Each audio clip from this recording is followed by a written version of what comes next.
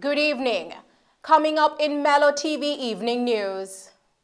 Supreme Court rules that Director of Public Prosecution's 2020 extension was lawful. Audrey Sewell named new cabinet secretary. Arsonists leave women and children homeless in St. Catherine. And Prime Minister announces new pipeline project.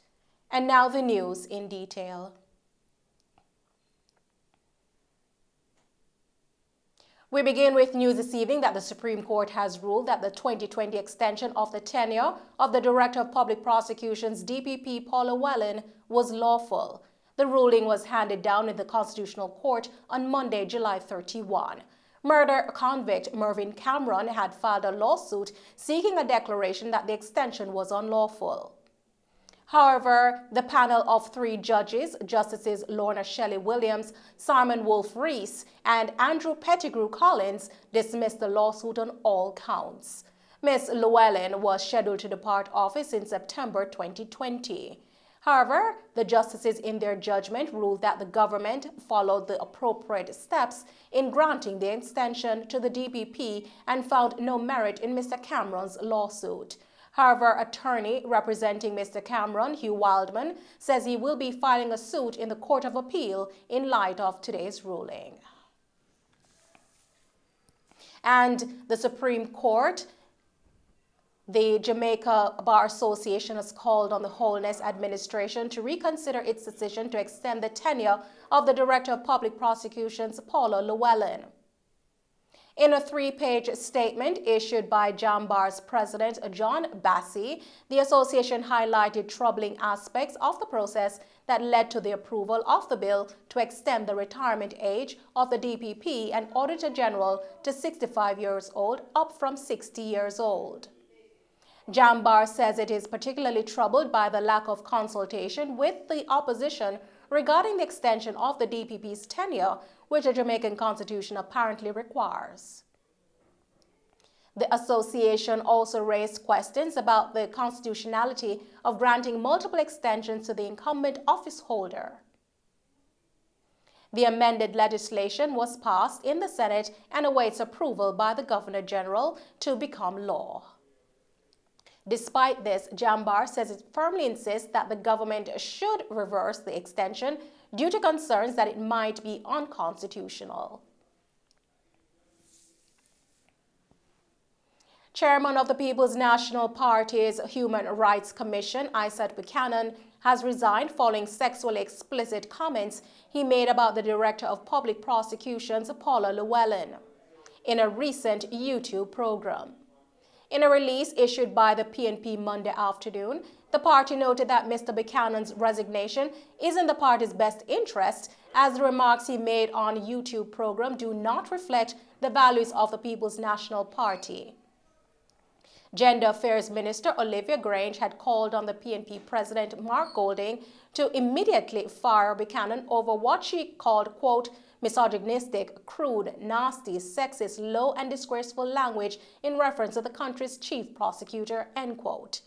Minister Grange also urged the disciplinary committee of the General Legal Counsel, the GLC, to immediately probe Mr. Buchanan's sexually explicit comments against Ms. Llewellyn.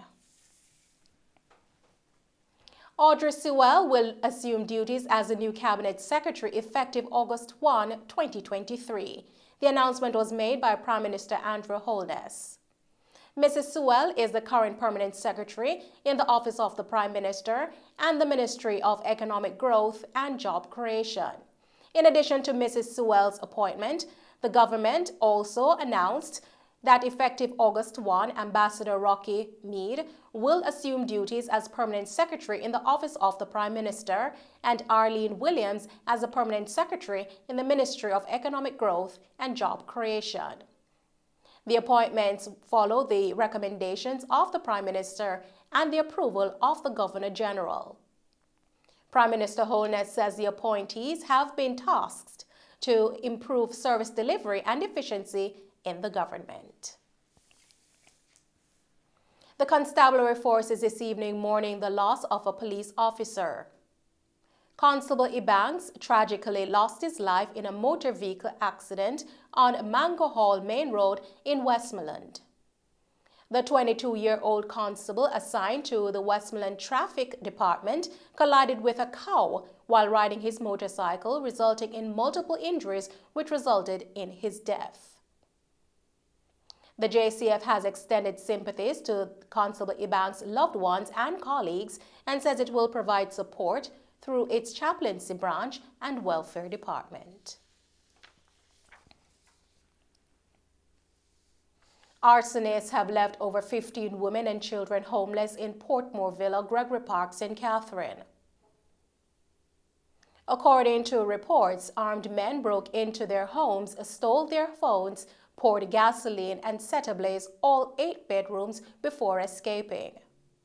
The police and fire department responded with no reported injuries.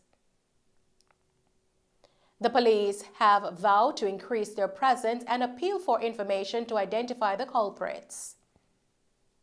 Persons can contact the police by calling 876-949-8403, Police 119, Crime Stop at 311, or the nearest police station. Prime Minister Andrew Holness has announced the Port Royal Pipeline Replacement Project, which is set to deliver reliable potable water to the town. The project will use modern, high-density polythene pipes, ensuring reduced downtime and improved water quality.